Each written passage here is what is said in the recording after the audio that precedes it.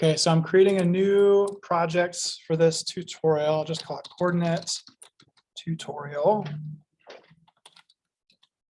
And then I downloaded that data and put it in this folder right here where I'm creating the new map project. I unchecked create a new folder for this project because I didn't want folders within folders. So the map.aprx file will be in that folder along with the data that I just unzipped.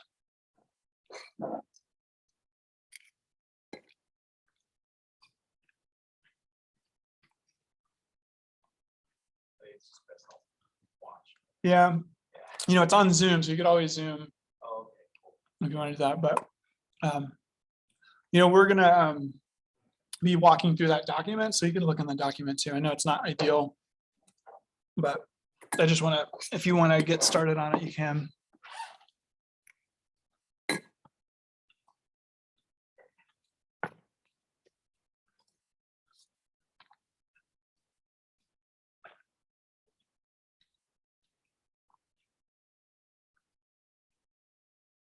All right, let's go ahead and look at our tutorial. I'm going to do two windows here.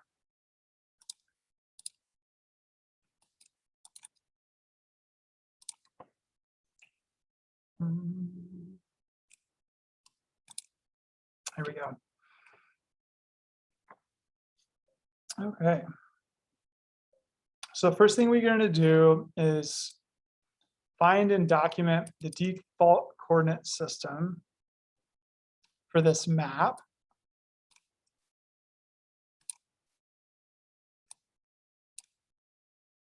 And to do that, we right click on map under contents. So our contents pane is typically on the left. Go to properties. And then go click on coordinate systems. So I open this map up. And by default, what's the coordinate system?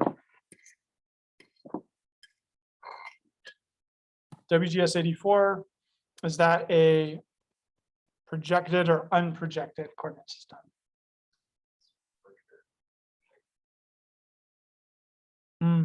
To say web marketer.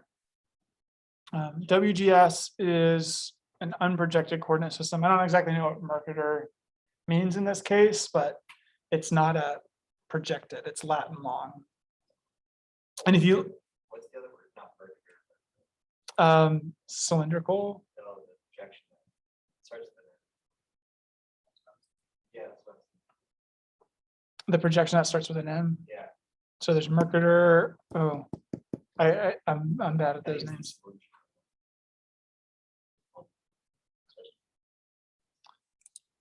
So you can see it's you can also see the layers that have that projection. So the world topographic map, these kind of base layers in Hillshade are the layers that have these projections.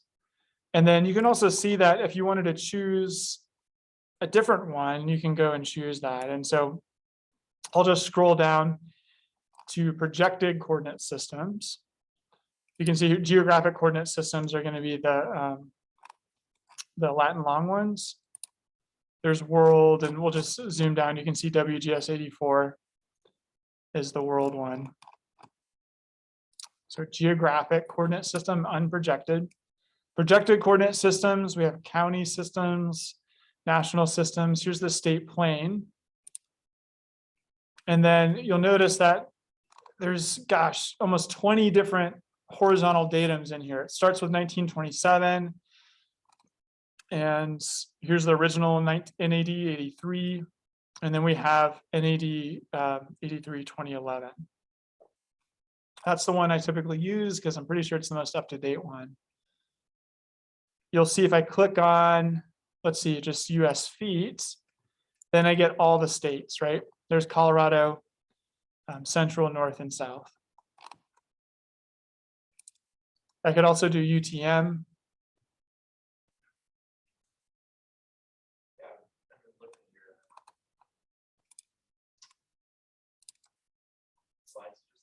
Yeah. Marketer. Okay.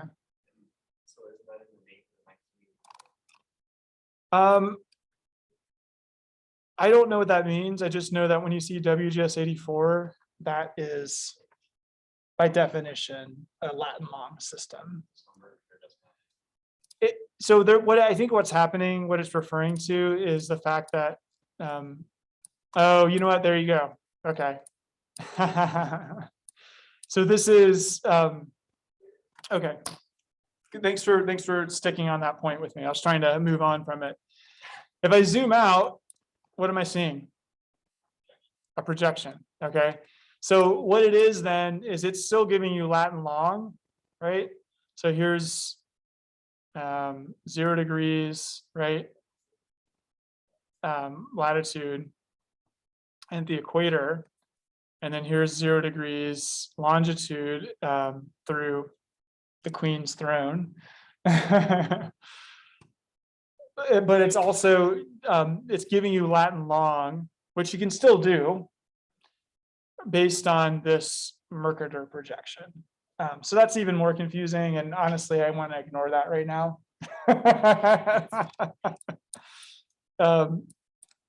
You can still have Latin long on a flat piece of paper. It's just less meaningful. And if you plot the Latin long, you'll see that they're really wide up here. And so if I go from here to here, it's going to be a lot less distance, quote unquote, or degrees of change than if I were to go from here to here. And so there's that's just the distortion. Okay, question, Justin? Okay. All right, so now we'll add the data. So let's go, I'm just going to go to catalog, folders. And since I made the map in the same folder as where I ends up the data, I can see everything here. So let's bring in, it says roads.shape.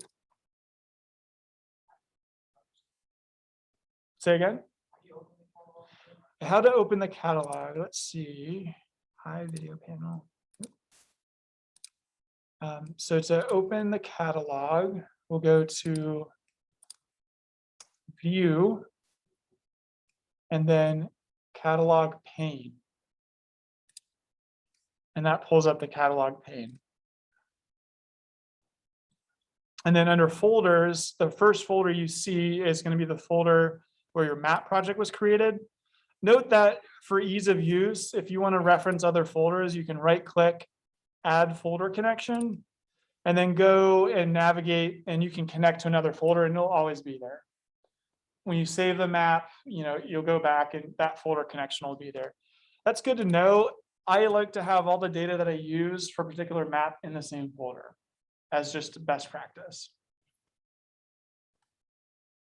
All right, so I dragged that roads shapefile in and let's see where it plotted. Northern Africa. Does that road network look familiar to you?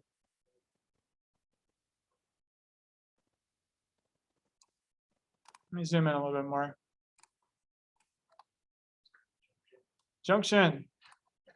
Are we in Junction? No, we're in, honestly, I don't know what country this is. Is this Libya? Algeria. Not that close, but yeah, here's Libya. All right, so we're obviously, there's something going on here, right? And if we navigate to that folder, let's see. Documents, ArcGIS, projects, tutorial. We'll go to the road shapefile. Whenever you bring a shapefile into Arc, it creates these weird lock files. Just ignore those. They go away when you shut the map down. Here's the roads. We have 1, 2, 3, 4, 5, 6, 7. Do you see a .prj file anywhere? It's missing. So that's the problem. You can see roads GC as a .prj file. So that's going to be different. All right. So what do we need to do? Actually, I don't remember, but let's, so we added the data. So you just need to answer the question, what do you see? Does it make sense? Is it plotting correctly? Let's do a screenshot. Okay, obviously it's not plotting correctly. It needs a projection. So we're going to define that projection. And I'm just going to tell you what it is. It's UTM-12N. So let's go to analysis, tools. That brings up our geoprocessing pane. And I'm going to search define. And then define projection. So this tool works when your data are projected. In this case, we think the data are projected. They're plotting in a way that seems to make sense, but not in a location that makes sense. So we'll find that file, roads, and I'm telling you that it is, in fact, UTM-12N. So we can actually go here and search UTM. And I did UTM-N, and then you'll notice that this pops up. And so now what it's done is kind of sorted the UTMs. And let's go back to our document. I say UTM 1983 Harn. So I'm going to find 1983 Harn. Oh, I don't see that.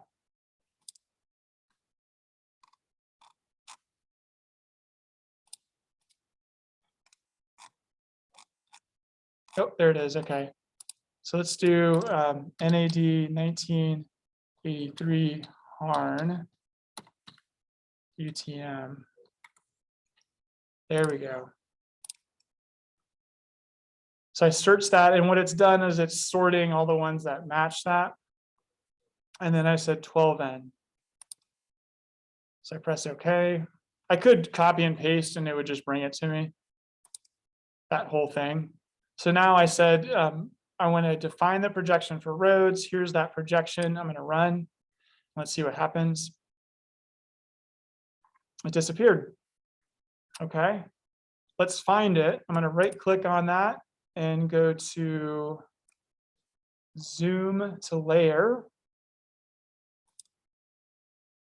There it is. It found its way home.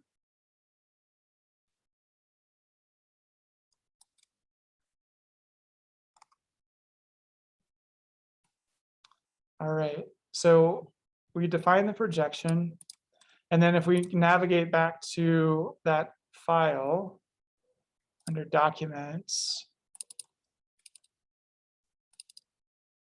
we can see that our roads has a .prj file that we just made at 11:16 a.m. I'm going to right click on that.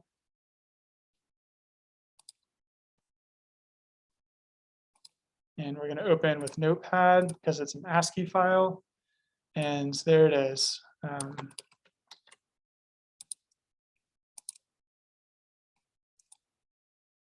That's all the information that defines the projection, as I pointed out earlier in the presentation. All right, so you're gonna, there's a couple more questions here that you'll work on for this tutorial.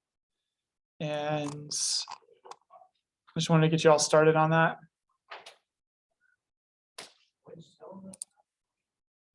UTM-12N. So if you just copy and paste this out and paste that into the search for projections, then it'll give it to you.